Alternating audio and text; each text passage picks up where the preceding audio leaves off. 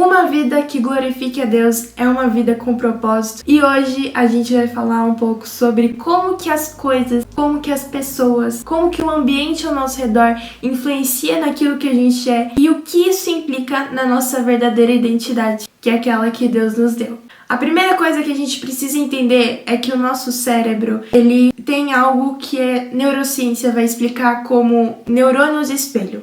Esses neurônios espelho, eles refletem as ações e as emoções que são observadas nas pessoas ao nosso redor. O cérebro humano, ele tem capacidade enorme de se adaptar a ambientes e a relações. E é por isso, justamente por isso, que o cristão, ele deve ser uma das pessoas mais seletivas na questão de amizades. Porque as amizades que a gente vai escolher vão ser aquelas que a gente vai estar caminhando junto. Vão ser aquelas que a gente vai estar mais relacionando. Vão ser aquelas pessoas com que mais a gente vai estar tendo contato. E as pessoas que a gente mais tem contato, elas vão influenciar naquilo que a gente é, nos nossos valores, naquilo que a gente pensa, na nossa visão de mundo, nas nossas emoções até. Se você for parar pra ver, se você anda com pessoas que são muito de mau humor, se elas são muito irritadas, você se torna uma pessoa de mau humor e irritada. Isso até na Bíblia fala.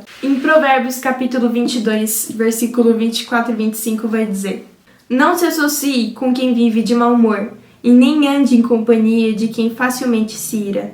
Do contrário, você acabará imitando essa conduta e cairá em armadilha mortal."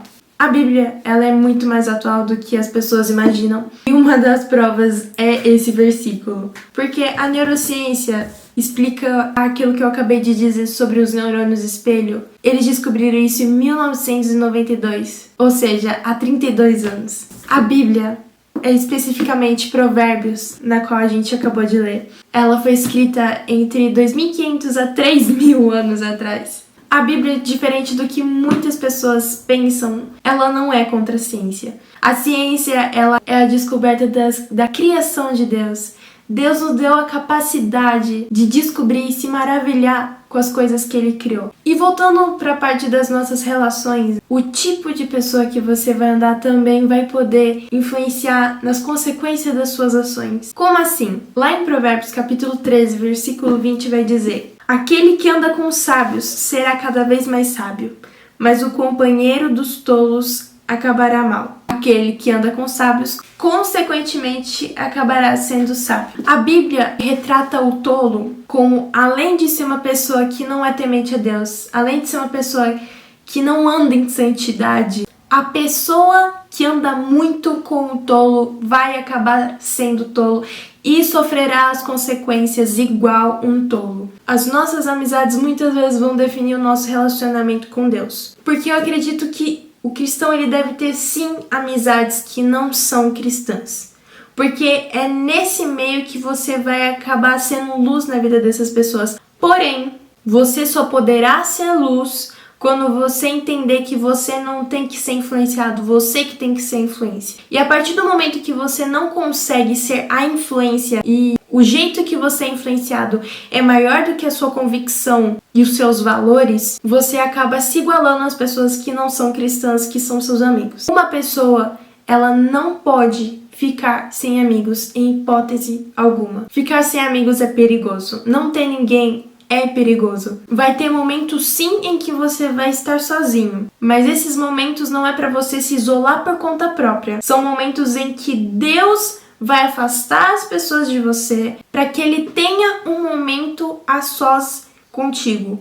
Vai ter um momento em que Ele vai se revelar a você. Jesus, ele passou 40 dias no deserto, sozinho, sendo tentado, jejuando para o propósito que ele iria cumprir aqui na terra. Mas nesse caso ele não se isolou. Na Bíblia vai dizer que o Espírito, ele conduziu, ele levou Jesus até o deserto. A partir do momento que a gente se isola, a gente tem que entender que a gente não é autossuficiente. Nenhuma pessoa é boa o suficiente para se manter firme na fé todos os dias e não precisar de uma ajuda, de um apoio. É para isso que existem as pessoas ao nosso redor. E a gente precisa de amigos que estejam firmes na palavra. A gente precisa de amigos para nos ajudar em oração, Porque as lutas vão vir, as dificuldades vão vir e nós precisamos confiar em Deus. Mas vai ter dias que a gente vai estar tão desanimado e a gente vai precisar de alguém. Deus nos criou seres sociáveis. Ninguém é independente.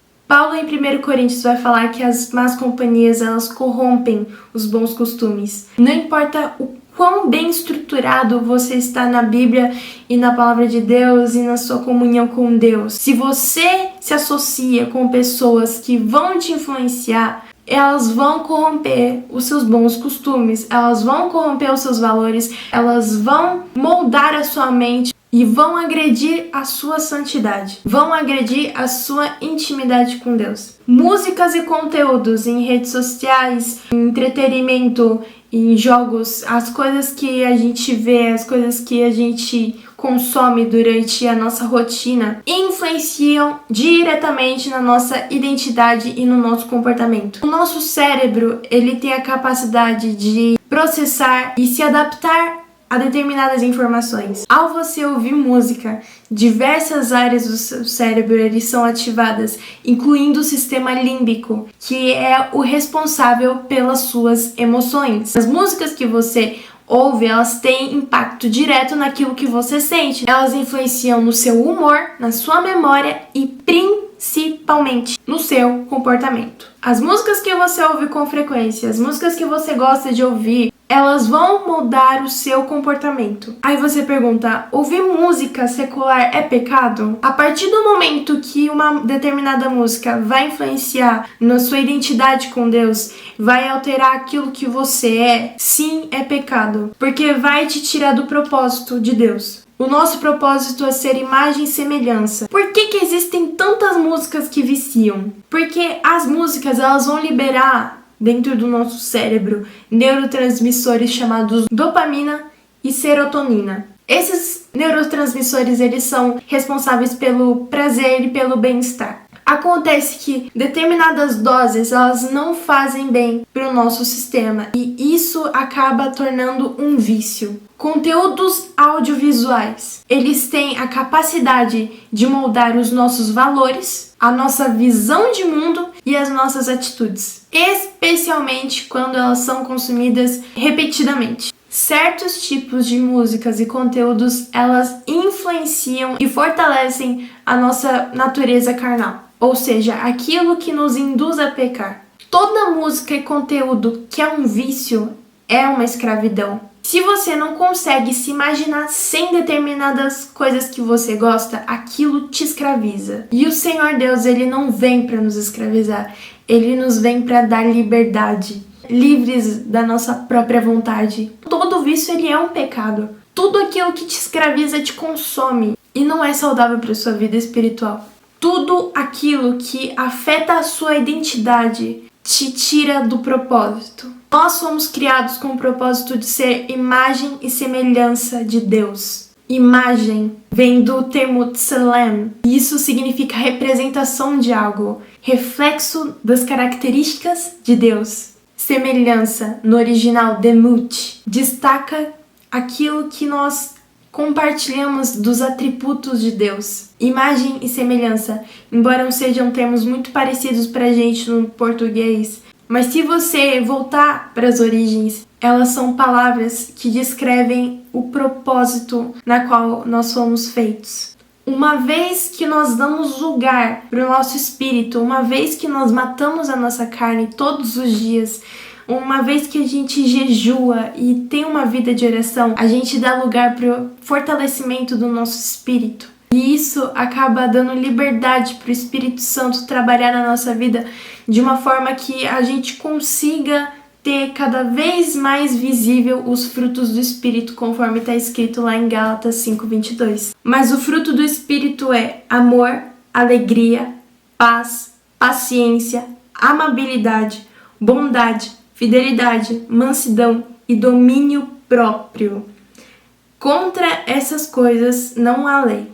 Se aquilo que você assiste, se aquilo que você ouve te afasta do domínio próprio, te afasta da alegria, te afasta do amor às pessoas, o amor a Deus, te afasta de ser uma pessoa bondosa, te afasta de ser uma pessoa amorosa, te afasta do fruto do Espírito, tire da sua vida. Tudo aquilo que muda a sua identidade com Deus te afasta dele. E do mesmo jeito que as coisas que a gente vê e as pessoas ao nosso redor, elas influenciam naquilo que a gente é. Quanto mais tempo a gente passa com Deus, quanto mais a gente busca intimidade com o Senhor, mais nós nos tornamos parecidos com Ele. Porque não tem como uma pessoa que jejua, que ora, está em constante oração, não acabar se tornando cada vez mais parecido com Cristo. E o significado de ser cristão é ser um pequeno Cristo. Pequeno porque a gente nunca vai ser como Ele. Porém, nós precisamos ser imitadores de Cristo. Nós precisamos ter a mente de Cristo, fazer aquilo que Cristo faria. Então é isso, gente. Eu espero que aquilo que o Espírito Santo falou no meu coração fale no coração de vocês, que cada dia se torne mais visível Cristo na sua vida e que as pessoas possam enxergar Cristo na vida de cada um de vocês. Então é isso, beijos!